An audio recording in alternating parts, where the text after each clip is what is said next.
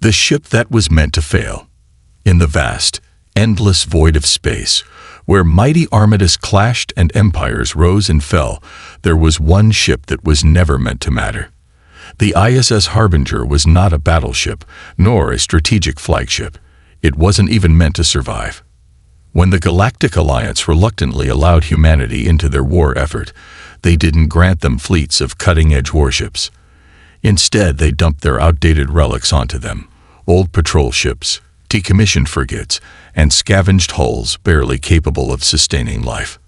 And at the bottom of this junk pile was the Harbinger. Its hull was a patchwork of old alloys, its engines wheezed at FTL speeds, and its shields were weaker than those on civilian transports. It was a joke, given to humans as a test, a way to keep them out of the real fight. But Commander Elias Carter didn't care. He had a ship, he had a crew, and he had a plan. "Commander, incoming transmission from Fleet Command," said Lieutenant Vasquez, the ship's engineer, adjusting her seat as sparks rained from an overhead panel. Carter sighed, rubbing his temple. He knew exactly what was coming. The holographic screen flickered to life, revealing Admiral Krelin, a reptilian officer of the Zari Dominion, one of the dominant species in the Galactic Alliance. His scaled face was lined with disdain. "Carter, your orders are simple," Krelin sneered. "Patrol Sector 12, and try not to embarrass the fleet." Before Carter could respond, the transmission cut off. "They don't even pretend to respect us," Vasquez muttered. "Why would they?" Carter leaned back. "They handed us a coffin and expect us to accept it." The Harbinger groaned as its engines came to life, the ship lurching into hyperspace like an ancient beast struggling to move. But Carter wasn't going to accept failure. If the galaxy had given them a useless ship, they would rebuild it into a nightmare. Humans don't follow the rules. Sector 12 was a quiet, forgotten corner of space, far from the front lines of the war. It was a dumping ground, a place where ships that weren't considered useful were sent to patrol and be forgotten. At least, that's what the Alliance believed. "Commander," Vasquez's voice was sharp. "Enemy scout ship detected." Carter's heart pounded. This was it, their first real fight. On the screen, a sleek enemy warship emerged from the darkness. Its crimson hull gleamed under the distant starlight, a Vanguard-class frigate, faster, stronger, and deadlier than the Harbinger. The logical choice was retreat. But Carter had never been interested in logic. "We fight," he ordered. The Harbinger's ancient cannons fired first, weak laser blasts streaking across space, barely grazing the enemy's shields. The response was instant and brutal. A barrage of plasma fire slammed into the Harbinger, shaking the entire ship violently.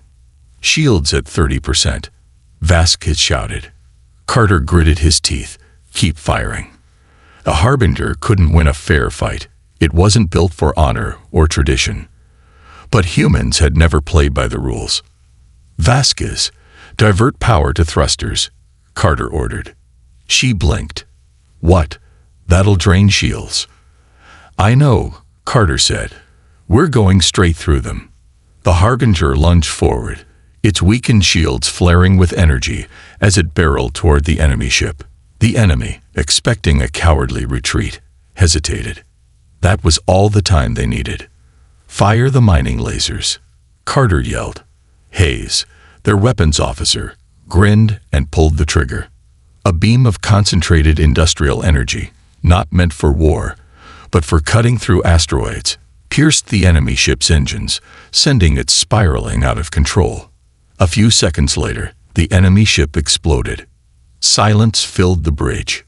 "Holy shit," Vasquez whispered. "We won." Carter exhaled. No, they had survived. And now they would become something else, upgrading a coffin into a war machine. The Harbinger limped through space, its systems barely holding together after the battle. The ship was a wreck, but it had done something the Alliance never expected. It had won. Carter stood in the engine bay, watching Vasquez pry open a scorched panel. "We can't fight like this," he said. "No kidding," Vasquez muttered, pulling out a fried power relay. "Half the systems on this ship belong in a museum." Carter folded his arms. "Then let's fix it." Vasquez snorted. "With what? The fleet won't give us upgrades. They expect us to fail." "Then we stop relying on them," Carter said. "We do this the human way." She stared at him for a moment before shaking her head with a smirk. "You're insane." "Probably." And so, the rebuilding began. The next few days were chaos. The crew stripped the ship down to its skeleton, salvaging every usable part and repurposing old tech in ways no sane engineer would approve. Vasquez overclocked the reactor, creating an unstable but powerful energy core. Hayes reprogrammed the weapons, modifying industrial mining lasers into something far deadlier. Zhao, their lone alien scientist, modified the shield generator, making it unstable but unpredictable. The ship's AI, Ghost, was given unrestricted access, allowing it to optimize power and targeting beyond normal safety limits. There were failures. The first test nearly fried the entire power grid. A miscalculated capacitor caused a deck-wide blackout. Ghost had to be manually restrained after it almost vented half the oxygen supply. But they adapted. They fixed mistakes. They improved. 2 weeks later, the Harbinger was no longer the same ship. It was still old, still rusted. But now it was dangerous. Their first test. A pirate vessel preying on a merchant convoy. The pirates, assuming an easy kill, moved to engage. They never got the chance. Ghost locked onto their drive core before they even fired a shot. The newly modified mining lasers now concentrated energy beams, sliced through the enemy's hull like paper. The pirates panicked, trying to escape, but Vasquez had rerouted power to the engines, pushing the Harbinger beyond its limits. A single EMP round shut down their systems. Within minutes, the pirate vessel was crippled. For the first time, the Harbinger had won a fight without running. And then, the realization hit them. They weren't weak anymore. They were something else entirely. The Alliance's biggest mistake. The ISS Harbinger was no longer just a ship. It was a message, a warning. The Galactic Alliance had discarded it, thinking it would be another failed human experiment. Instead, it had become something terrifying. They had sent the humans to patrol the backwaters of the galaxy, expecting them to stay out of the way. But now, the enemy fleets were talking about them. Encrypted transmissions revealed a disturbing pattern. The Harbinger was being mentioned in enemy fleet movements, not as a priority target, but as a wild card. Something unpredictable. Something that shouldn't be dangerous, but was. Carter sat at the holotable, scanning the intercepted messages. "They're starting to avoid certain trade routes," Vasquez muttered. "They don't know what we are. They don't know how we fight," Carter corrected. "And that makes us dangerous." That was when the new order came from Alliance Command. The Harbinger was to stand down. No more engagements. No more missions. They were to return to base for reassessment and reassignment. It wasn't a reprimand. It was an execution. "They want us to disappear," Hayes growled. "After all this. They don't want us proving them wrong," Carter said. Then, as if the universe itself was laughing at the Alliance, a distress signal came through. A human colony, deep in the contested zone, under siege. No reinforcements incoming. No chance of survival. Fleet Command ignored it. The official stance was that the colony was lost. Carter stared at the blinking distress signal. They had their orders. But orders didn't mean anything anymore. "Set course." Vasquez hesitated. "Carter, if we go against command, we're saving them." The Harbinger jumped to FTL, leaving Alliance orders behind. They weren't part of the fleet anymore. They were something else now. The Harbinger's gambit. The Harbinger dropped out of FTL at the edge of the system, its hull rattling from the strain. Ahead, the human colony burned. Enemy warships hung in orbit, bombarding the surface with precision strikes. Evacuating civilians were being hunted like prey. A real fleet should have been here. But there was nothing. Just them. Carter stood on the bridge, fists clenched. "We're outnumbered," Hayes muttered. "Outgunned. If we engage, we won't last 5 minutes." Carter didn't hesitate. "Then we don't fight their way." The plan was insane. But then again, so was the Harbinger.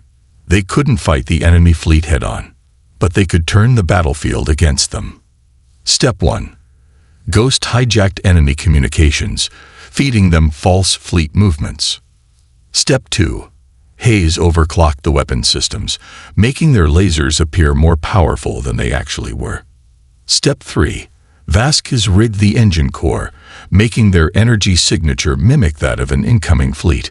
The enemy believed reinforcements had arrived. Panic spread. The enemy frigates broke formation, repositioning to face a non-existent fleet. That was their mistake. "Now," Carter ordered. A Harbinger rushed forward, targeting the weakest link in their fleet, the command ship. Their weapons were not military grade, but they didn't have to be. The mining lasers, modified into piercing energy lances, punched through the ship's hull. A single, precise hit to the reactor core. Boom! The enemy flagship exploded. The remaining ships hesitated. A Harbinger had just taken down their commander, and they didn't even know how. Ghost flooded the enemy comms with fake retreat orders. Within minutes, the entire enemy fleet was in disarray. By the time they realized what had happened, the civilians were gone. The Harbinger had done the impossible. They had won. Again. Wanted by the Alliance, the Harbinger had defied orders. They had disobeyed the Alliance. And worst of all, they had won. Now, the Alliance couldn't ignore them. The official report was simple. The Harbinger had violated orders. The Harbinger had engaged in unauthorized combat. The Harbinger was now a rogue vessel. "They're coming for us," Vasquez muttered. Carter read the transmission. A kill order. The Alliance wasn't sending reinforcements. They were sending hunters. "The way I see it," Carter said, "we have 2 options." He looked at his crew, his family. "We run." Silence. Then Hayes spoke. "Or," Carter smiled, "or we make them regret ever underestimating us." The bridge was silent for a moment. Then Vasquez grinned. "I'll start upgrading the engines." Hayes cracked his knuckles. "I'll see what I can do about turning this ship into a real war machine." Ghost's voice echoed through the comms. "Tactical calculations suggest a 92% chance of imminent destruction." Carter smirked. "Then let's make that 8% count." The nightmare ship. The Alliance fleet arrived at the sector where the Harbinger had last been seen. But the Harbinger wasn't there. Not where they expected. Instead, the Alliance ships started disappearing. One by one. A frigate lost power. Ghost had hacked its systems and vented its oxygen. A battleship's weapons malfunctioned. Vasquez had rewired their targeting systems remotely. A cruiser exploded from within. Hayes had rigged a torpedo inside a captured enemy drone and sent it back as a salvaged asset. The Harbinger wasn't a patrol ship anymore. It was a phantom. A nightmare that haunted the void. Then finally, a message was sent to Carter. From Admiral Creelan himself. "You should not exist." Carter's reply was simple. "Then stop us."